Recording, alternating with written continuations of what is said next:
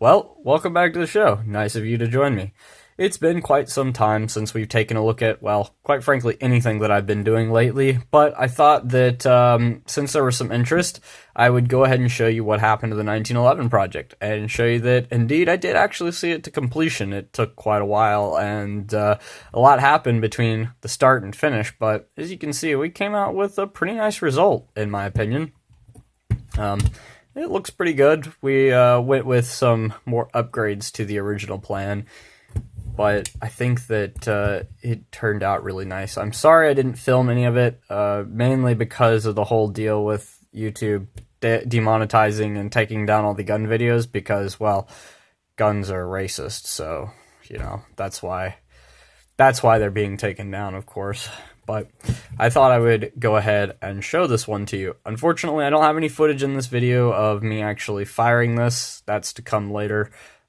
Just every time I've gone and shot it, I just didn't have time or whatever to go ahead and film it. Most of the time I had somebody with me, so didn't really want to make them sit around while I filmed a 3.5-hour video. So anyway, we'll go ahead and take a look at it. So I'll show you that it is indeed empty. We went with a standard metal magazine. Nothing too special. I quite like this one.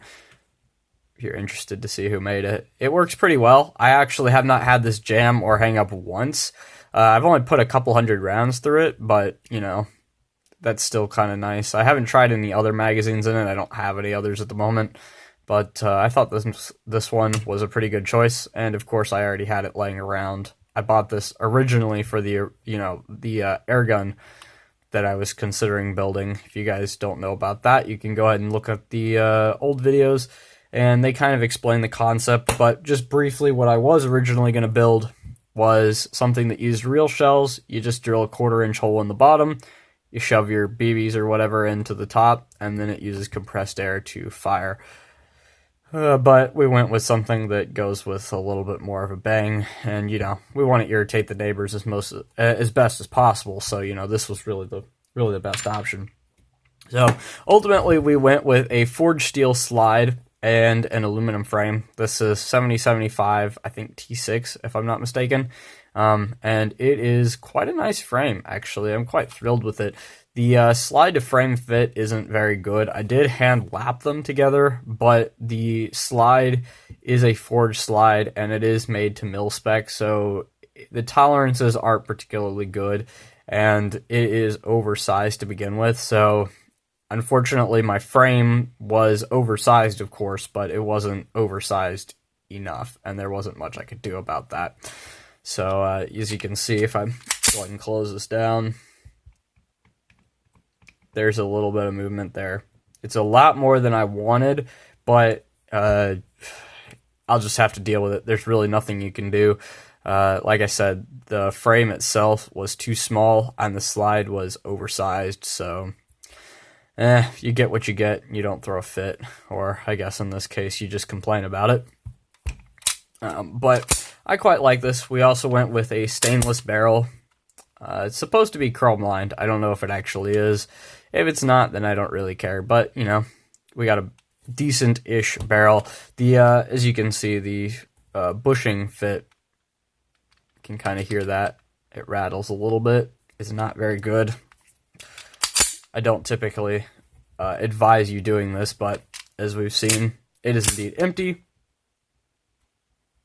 When it's closed, it's pretty tight, so it's not the end of the world. It shoots pretty well. It definitely shoots better than I can shoot it. I'm not really that good of a shot with a handgun. I prefer shooting rifles. I got this just because, well, A, I started the project, I wanted to finish it, and B, I just really wanted one.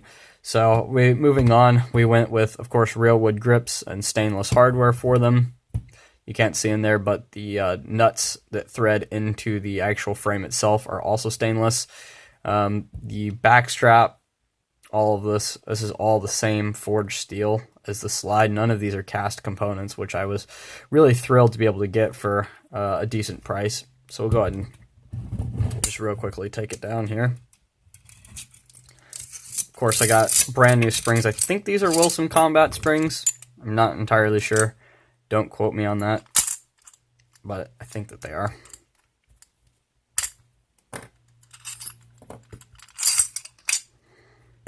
Just gonna have a look on the inside. Guide rod. A better look at the barrel. The barrel fit and the slide is, again, it's looser than I would have liked, but I didn't want to bother fitting it. And yes, it is dirty. I haven't cleaned it in a while. But so got that. Go ahead and show you the inside of the slide.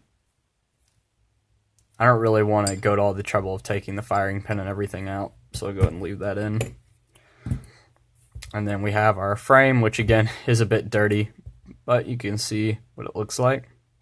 The trigger pull on this is, it's not horrible. It's definitely not the best 1911 trigger I've ever felt, but for this project and the fact that this is effectively GI spec 1911, I think it's a pretty decent trigger pull.